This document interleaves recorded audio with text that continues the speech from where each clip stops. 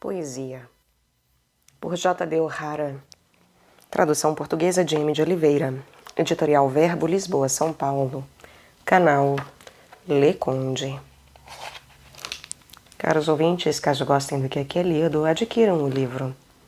É um belíssimo livro. Aliás, para quem gosta realmente de poesias, ele é todo cheio de figuras coloridas. Há muitas coisas que não foram lidas, que são notas a mais a respeito dos autores e das figuras, das imagens aqui contidas. É realmente lindo o livro. E caso você pense que meu trabalho algo valha e queira contribuir, centavos farão diferença, creiam. Isto é possível via Pix, Apoia-se e Vaquinha. Os links estão no descritivo. Há também um link para a lista da Amazon. Caso lá não haja algum livro que você queira, basta solicitá-lo em particular ou em público, que ele será adicionado para que seja comprado. Assim como curtam, compartilhem, comentem, inscrevam-se no canal. Isso tudo faz diferença, gera engajamento, possibilita a ampliação do meu trabalho ao ter a divulgação desse conteúdo disseminada. Muito obrigada pela presença, uma boa escuta. Estamos no 7º capítulo, O Moderno Renascimento. Apesar do seu desejo de transformarem os leitores em bons cidadãos, a maioria dos poetas do século XIX exaltou não o cidadão, mas a própria pessoa. E Browning, Baudelaire e Dixon não foram os únicos a acentuar a solidão e o isolamento do indivíduo relativamente à sociedade, à perfeita cidadania e mesmo, nos nossos momentos mais profundos, à moralidade e ao pensamento racional.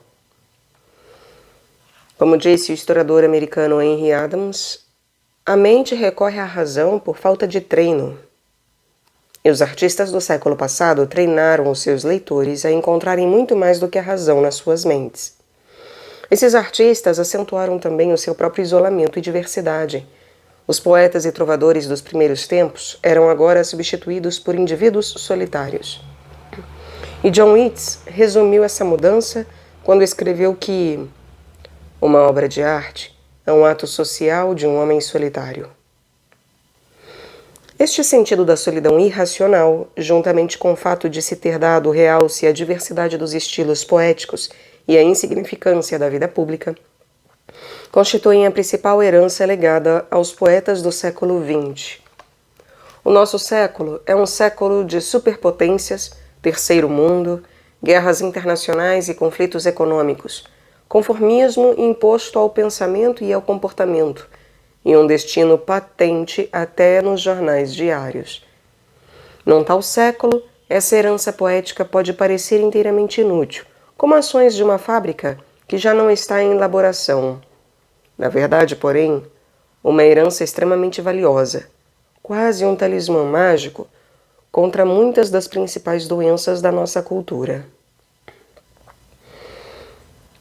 Há século e meio, William Hazlitt observou que, se a humanidade quisesse realmente ser boa, há muito que o teria sido.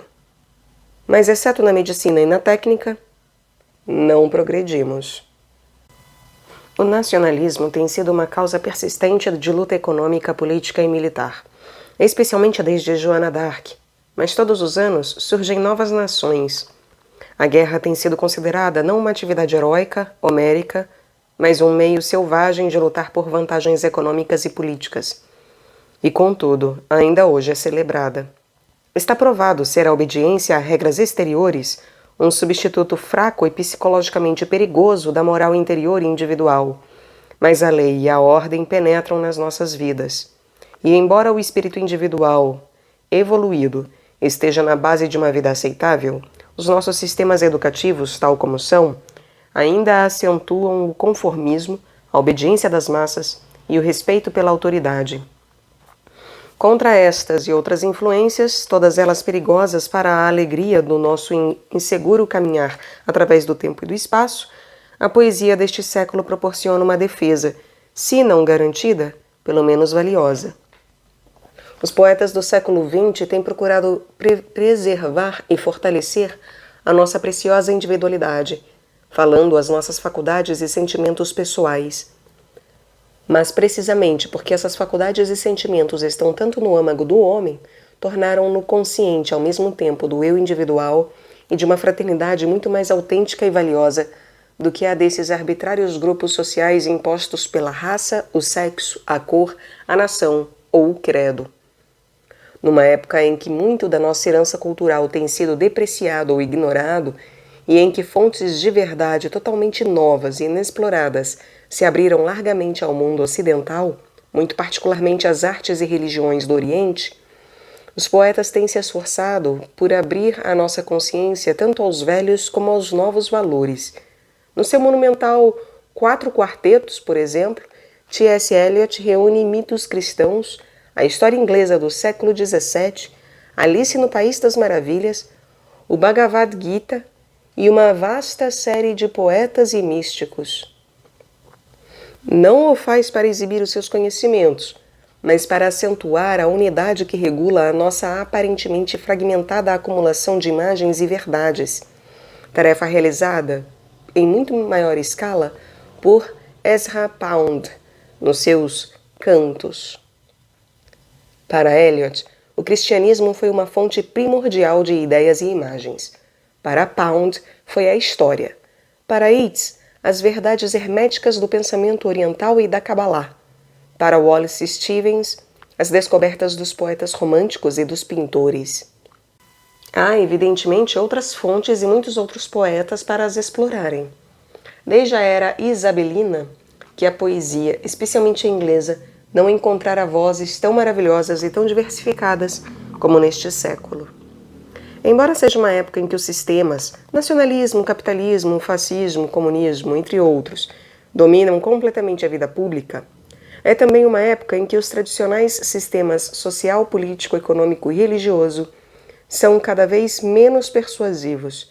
O povo ainda acredita neles, é certo, mas menos por convicção do que pelo desejo desesperado de acreditar em qualquer coisa, seja ela qual for. Este desejo de acreditar não pode ser contrariado. Como observou John Butler Yeats, quando uma crença não se baseia em nada, não se podem abalar os seus fundamentos.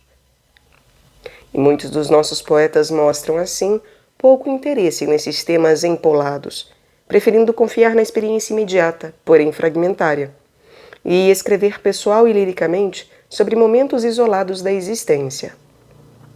Thomas Hardy Lawrence, Frost, Cummings, Theodore Roethke e John Crowell Ransom. A lista poderia estender-se indefinidamente a todos os poetas modernos que nos têm feito ver, sentir e compreender os momentos da vida que, paradoxalmente, todos temos experimentado de diferentes maneiras. A fragilidade transitória da juventude, por exemplo, é um velho tema, mas Ransom renova-o em Blue Girls. Abre aspas. Baloiçando vossas saias azuis, passeando na relva, sob as torres do vosso colégio, e de ouvir aos vossos professores o contraditório e o gasto, sem acreditar numa palavra só. Ratai de brancas fitas o vosso cabelo, e não vos preocupeis mais com aquilo que virá, do que as azuis lavandiscas passeando no gramado e palrando nos ares. Exercitai vossa beleza, raparigas azuis, antes que feneça, e eu gritarei com meus lábios grossos, e mostrarei a beleza que nenhum poder firmará jamais, tão frágil ela é. Deixa-me contar-vos uma história verdadeira. Conheço uma senhora com uma língua terrível, olhos turvos esgotados de azul, todas as perfeições envelhecidas, e contudo, há pouco ainda, era mais encantadora que qualquer de vós. Fecha aspas. O tema é eterno, mas nós somos isabelinos ao vermos a mudança das coisas mais como um declínio do que como um processo de maturação. Mesmo esse moralista que foi T.S. Eliot sentiu no seu New Hampshire a perda da sua paisagem de infância. Abre aspas. Vozes de criança no pomar, entre o tempo das flores e o tempo dos frutos. Cabeça loira, cabeça ruiva, entre a extremidade verde e a raiz. Asa preta, asa castanha, pairando. 20 anos. E a primavera sumindo.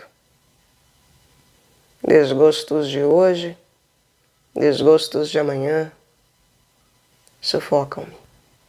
Luz nas folhas.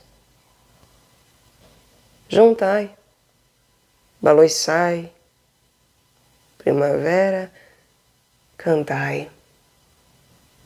Baloiçai no interior da macieira. Fecha aspas.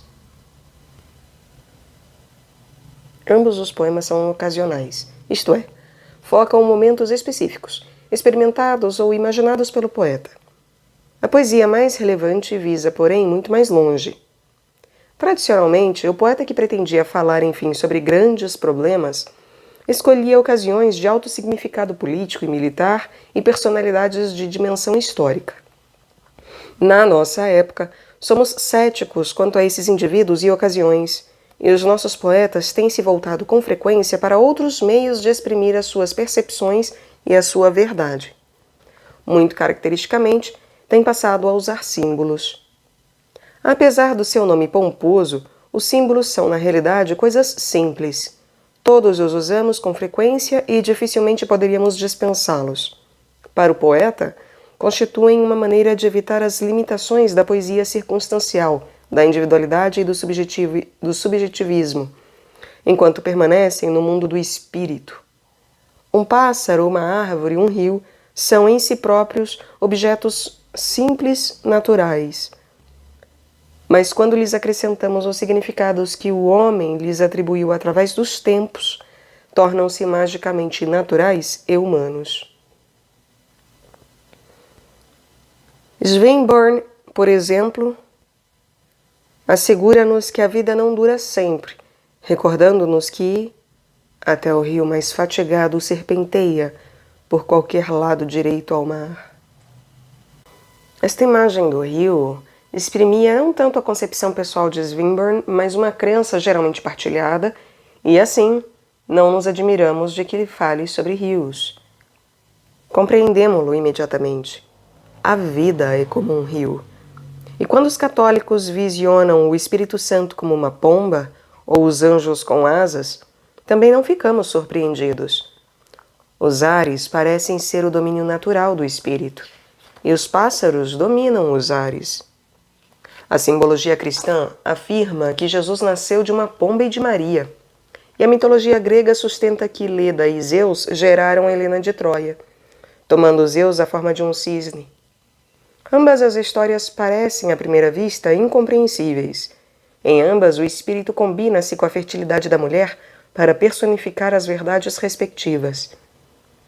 Entre os poetas modernos, foi William Yeats quem mais completamente explorou os simbolismos do nosso mundo. E os pássaros são os seus símbolos preferidos. Considerou as civilizações grega e greco-romana provenientes da Guerra de Troia, mas não tratou o tema nem como Homero, nem como um historiador moderno. Pelo contrário, centrou as imagens no coração dessa guerra, e em especial na bela mulher que lhe deu origem. Quais as verdades e os valores personificados por Helena? O seu poema Leda e o Cisne põe o problema. Abre aspas. Súbito silvar, asas batendo ainda sobre a atônita moça, coxas sopradas pelos negros véus, a nuca em sua lança, ele lhe sustém o seio contra o peito. Como pode o terror dos seus dedos vagos afastar-lhe das coxas, plumas da glória, o prostrado corpo em corrida branca, mas com o coração sentir onde jaz? Um estremecer nos rins engendra aí o muro quebrado, o teto ardendo, e a torre, e Agamenon morto. Assim interceptada, dominada assim pelo bruto sangue dos ares, tomou ela o saber dele e o seu poder antes da seta sua a fazer tombar? Fecha aspas. Um pássaro pode igualmente dar forma a um espírito da nossa época, e como esse espírito possui uma força destrutiva incontrolável, Yeats imagina como uma ave de rapina indomável, abre aspas. Girando, girando em círculo alargado, o falcão ouvir não pode o falcoeiro. Coisas em pedaços. O centro não sustém. A anarquia pura escorre sobre o mundo. Fecha aspas. Mas os nossos próprios espíritos não são necessariamente perigosos. Rezando por sua filha ainda criança, Yeats personifica a esperança que deposita no desenvolvimento do seu corpo e do seu espírito na imagem de um pássaro que canta poisado num loureiro. Abre aspas. Torne-se ela em escondida florida árvore, sejam seus pensamentos os do pinta-roxo. Fecha aspas. Na sua própria vida, Yeats associou a sua amada e bela Gone a essa desejável filha de Leda e do Cisne, Helena de Troia. E, estando ela entre os colegas da escola, Yeats usa essa associação, considerando Maud Gone, como a filha de um cisne entre patinhos, abre aspas. Olho esta criança aqui, aquela ali, e seria ela assim naquela idade, que até as filhas do cisne podem ter algo na herança de cada remador. Fecha aspas. E tendo se tornado com a idade um velho espantalho cujo corpo mirrado afugenta o espírito, Yeats imagina para si próprio uma imagem eterna, o poeta como um imortal pássaro dourado, abre aspas. Quando abandonar a natureza, jamais irei buscar a minha nova forma a coisas naturais, mas antes, uma forma como os ourives da Grécia fabricavam, de ouro martelado e de esmaltes dourados, capaz de manter desperto um sonolento imperador. ou instalar-me num ramo dourado a cantar aos senhores e às damas de Bizâncio daquilo que passou, do que se vai passar ou do que há de vir. Fecha aspas. O homem que escreveu tão belos versos e que lidava com os símbolos como um mestre da magia revelou uma personalidade multimoda durante a sua longa vida. Em busca de certezas para além dos fatos materiais, foi durante 5 anos membro da Sociedade Teosófica de Madame Blavatsky. Tendo-lhe ela pedido que saísse devido ao seu ceticismo e ao seu interesse pela magia experimental, juntou-se ao Hermetic Students of the Rosicrucian Golden Dawn, estudando a Kabbalah e trabalhando com símbolos mágicos. Entretanto, tornou-se também uma figura central da Irish Literary Society, que, após a queda e morte de Charles Stewart Parnell, deu ao nacionalismo político uma saída apartidária, ao mesmo tempo que explorava e encorajava os escritores irlandeses do passado e do presente. Foi Yeats quem evitou que a sociedade se tornasse apenas uma fonte de propaganda irlandesa. Não pôde evitar os maus escritores. Nunca ninguém soube como fazê-lo. Mas encorajou os bons de tal maneira que iniciou um renascimento irlandês, tanto na ficção e no teatro como na poesia. Renascimento que viria a ser um acontecimento literário importante do nosso século. Yeats foi também fundador daquilo que se tornaria o Teatro Abbey, e um relutante, mas eficaz membro da politicamente ativa Irish Republican Brotherhood. Juntou-se a esta organização principalmente para impressionar Maldicone, que encontrara em 1889. Um ano mais nova do que ele, era bastante alta, impressionantemente bela e consagrara-se à política revolucionária. Disse que transportava uma granada de mão na bolsa. Durante metade da sua vida de trabalho, Yeats derramou uma torrente de bela poesia de amor enquanto a perseguia, mas sem êxito. Esse amor levou o jovem e tímido poeta a voltar-se para a vida política da Irlanda, e desse modo inspirou diversos e belos poemas políticos e de caráter social a acrescentar à obra cultural, pela qual, em 1922, foi nomeado senador do Estado Livre da Irlanda. Um ano mais tarde, ganhou o Prêmio Nobel da Literatura, confirmando o seu papel de homem público e testemunhando o seu relevo internacional. Mas o poeta e o homem vigoroso que nele existiam nunca se desvaneceram. Aos 66 anos, escrevia a um amigo: "Serei um pecador até ao fim, e pensarei no meu leito de morte em todas as noites que desperdicei na juventude." E até ao fim continuou a escrever poesia cada vez melhor, moldando e tornando compreensível o nosso mundo caótico com mais êxito do que qualquer poeta de expressão inglesa o havia feito até então. Numa carta escrita apenas uma semana antes de morrer, Yeats exprimiu a sua mais bela justificação da arte. O homem pode personificar a verdade, mas não pode conhecê-la. A filosofia didática e o conhecimento consciente tratam de abstrações limitadas. Só a arte consegue evocar as verdades caleidoscópicas da própria vida. Cerca de 30 anos antes, escrevera um pequeno poema sutilmente irônico sobre "The coming of wisdom with time." Abre aspas. São muitas as folhas, mas a raiz só uma. Pelos enganosos dias da minha juventude, embalei no sol muitas flores e folhas.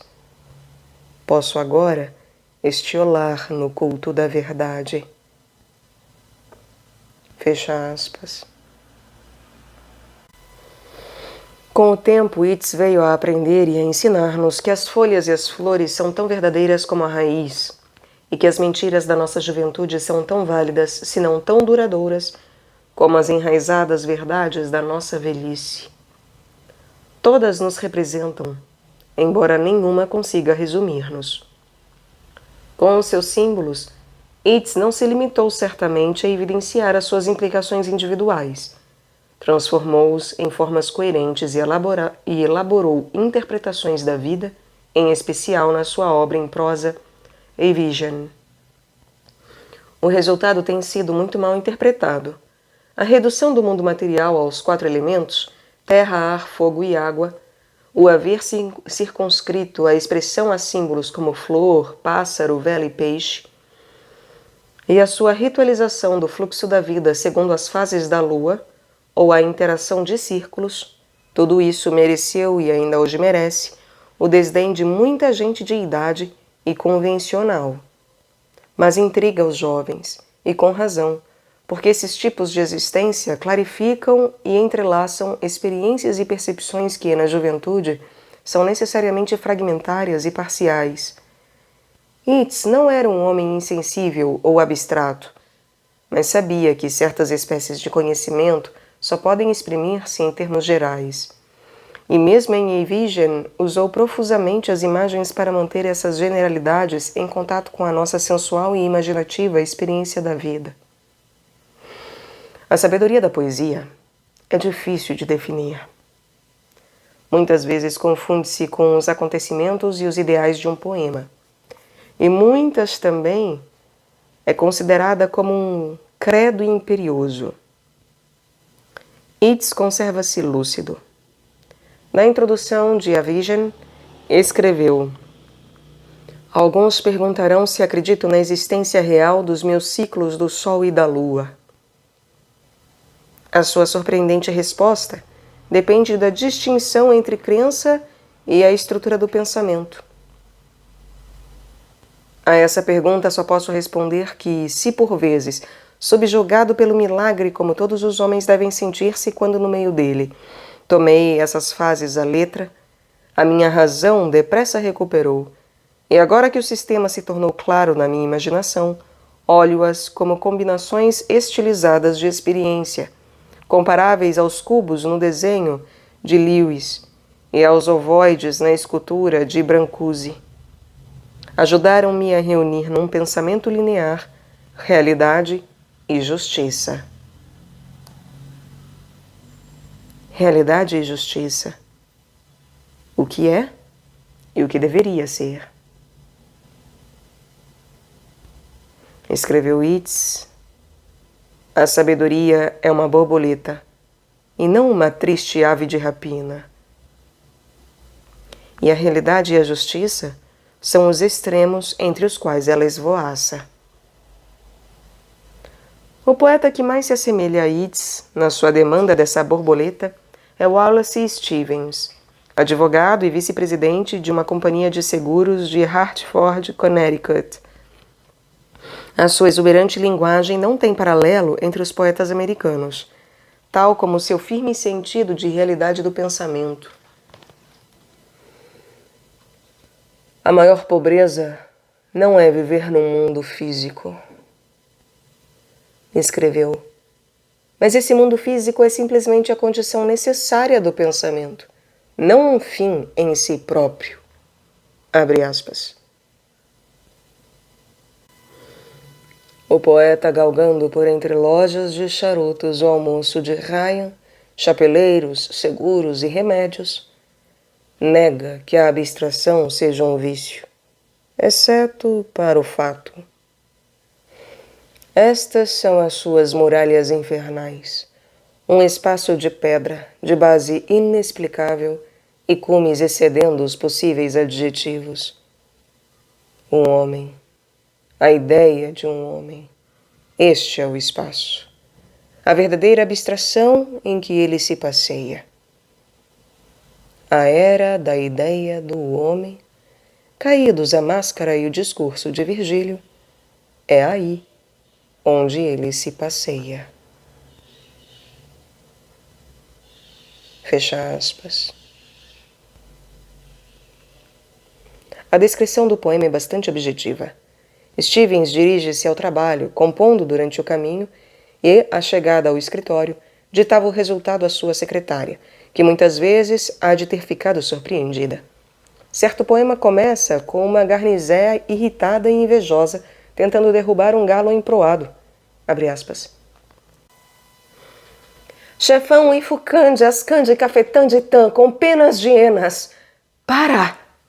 Danado galo universal, como se o sol fosse um negro para transportar tua cauda refulgente. Fecha aspas.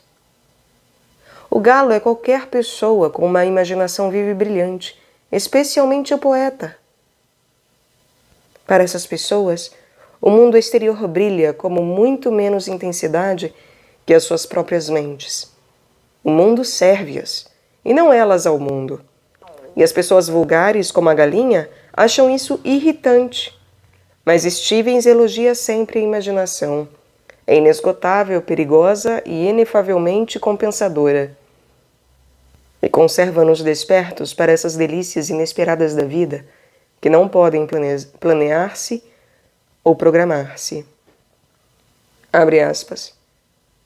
Os nossos grandes voos, os nossos banhos ao domingo, nossos toques de trombeta nos esponsais da alma ocorrem quando ocorrem. Fecha aspas.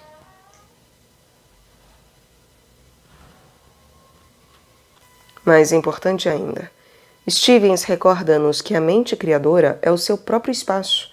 O mundo exterior serve-lhe simplesmente de cenário ou de distração. Abre aspas. Este tempo, este dia, é um estado. Esta primavera entre políticos a jogar as cartas. Na aldeia dos indígenas, há algo ainda para descobrir. Entre cães e estrume, ainda se pode batalhar com as próprias ideias. Fecha aspas. Certos poetas tomaram a sério o mundo exterior, entre eles Robert Frost. Nascido em São Francisco, Frost mudou-se para a Nova Inglaterra com 11 anos e depressa se transformou num nativo. Para o resto da vida escreveu e falou com sotaque da região, e muitas vezes nos próprios dialetos dos camponeses da Nova Inglaterra. Em parte por isso e em parte porque os seus poemas estão cheios de montanhas, riachos, campos, árvores, flores e pássaros, Frost é frequentemente confundido com um poeta naturalista da Nova Inglaterra. No entanto, não o é. Embora muitas vezes sentimental, raramente vai tão longe que proclame que a natureza está estreitamente ligada ao homem. Quando, da sua janela, fala com a árvore, está tão relacionado com a separação como com a ligação. Abre aspas. Naquele dia em que ela juntou as nossas cabeças, o destino emprestara-lhe o seu engenho. A tua cabeça sempre preocupada com o exterior. A minha com o interior, entretanto. Fecha aspas. Quando Frost fala da natureza mais a sério, é para nos prevenir contra a ilusão de acreditarmos que a natureza existe em termos humanos ou que se importa sequer com a vida humana. Num poema cujo título encerra um trocadilho por demais significativo, Frost fala da necessidade de ser versado em coisas do campo. Esses versos descrevem uma casa rural destruída e um celeiro abandonado. Evocam a vida humana que em tempos aí havia sido muito atarefada. E descrevem ainda os pássaros que agora se apoderam da quinta. Frost não se refere aos pássaros, senão quase no final do poema, quando se transformam numa espécie cuja canção primaveril, um piar decrescente de suas notas, leva as pessoas simples a pensarem que estão a lamentar-se.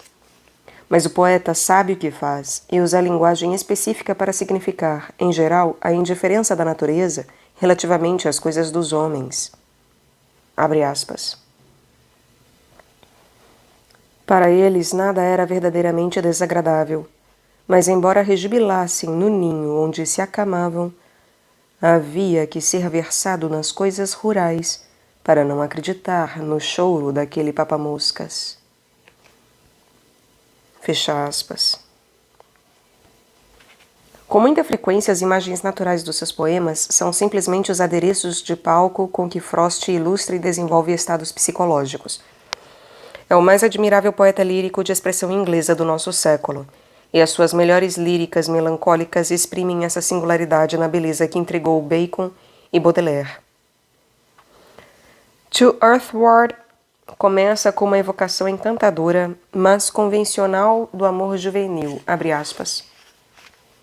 O amor nos lábios era um toque tão doce quanto eu podia suportar, e naqueles dias parecia demais. Vivia eu no ar. Fecha aspas. O leitor espera naturalmente que Frost continuará a falar das alegrias mais terrenas do amor amadurecido e sensual, mas o poema segue outro caminho. Diz Frost: eu imploro o estigma das lágrimas. E depois, até isso se afunda no mais sombrio dos desejos, abre aspas. Quando hirto, dolorido e ferido a ferro, eu retiro a minha mão, de nele descansar pesada em areia e relva, a ferida não é suficiente. Anseio pelo peso e pela força, para sentir a terra bem áspera ao longo de todo o meu ser. Fecha aspas. Poemas como este, especialmente Stopping by Woods on a Snowy Evening, penetram nos profundos recessos da mente, e Frost podia ter nos conduzido mesmo mais longe que Emily Dickinson, mas tornou-se popular, e o destino vitoriano apoderou-se dele. Deixou de evoluir e começou a repetir-se, a autocensurar-se e a representar o papel de Sages entre os seus seguidores. Guardou seu talento lírico para o fim, como os grandes vitorianos antes dele, mas deixou-se ficar atrás.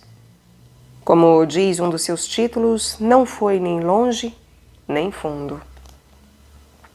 Dificilmente se poderia apontar o mesmo a dois outros poetas americanos, Ezra Pound e Thomas Stearns Eliot. Eliot penetrou mais fundo na experiência religiosa da mente, e Pound mais longe na nossa complexa herança cultural e ética do que quaisquer outros poetas modernos.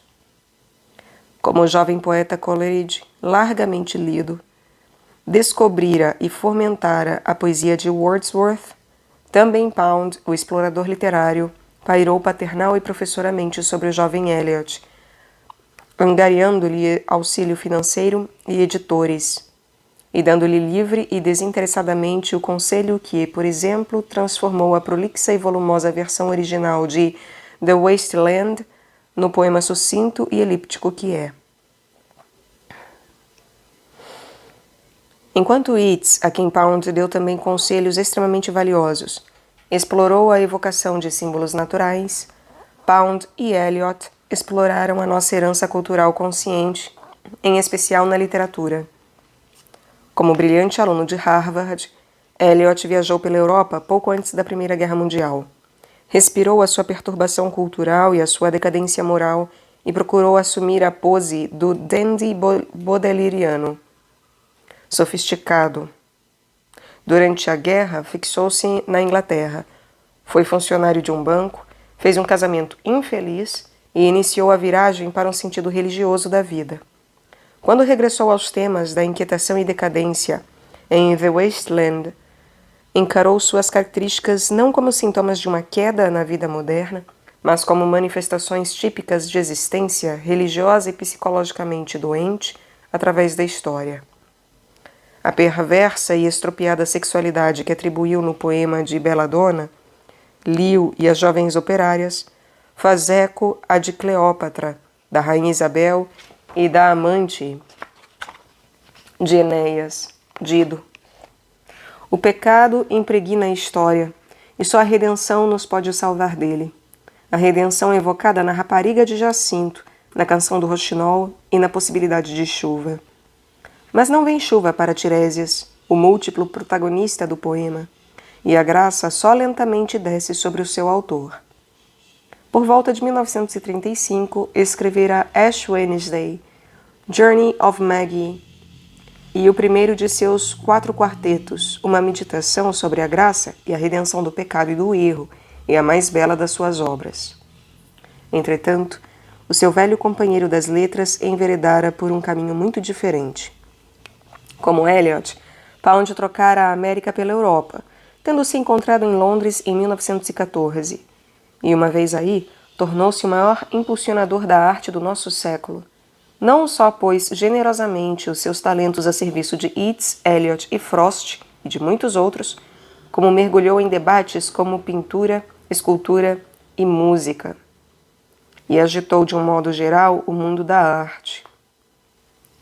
Ao mesmo tempo, foi lentamente libertando a sua própria poesia do débito para com os trovadores provençais, para com Browning e Yeats, e de muitas outras influências, incluindo as formas poéticas e os ideogramas orientais. Foi trabalhando e teorizando enquanto escrevia os seus cantos, que acabaram por constituir mais de uma centena de poemas abrangendo a história da cultura mundial, de que são um microcosmo. Infelizmente, o espírito de Pound também se ocupava da teorização política, econômica e social. Grande parte disso encontrou uma confusa expressão nos cantos e em inumeráveis livros, ensaios, artigos de jornais e cartas. Alguns levados ao extremo, resultaram em antissemitismo e na aprovação do fascismo. Apanhado pela Segunda Guerra Mundial na Itália, Pound iniciou uma série de palestras num posto radioemissor de Roma, condenando Roosevelt, apoiando Mussolini, fazendo conferências sobre economia.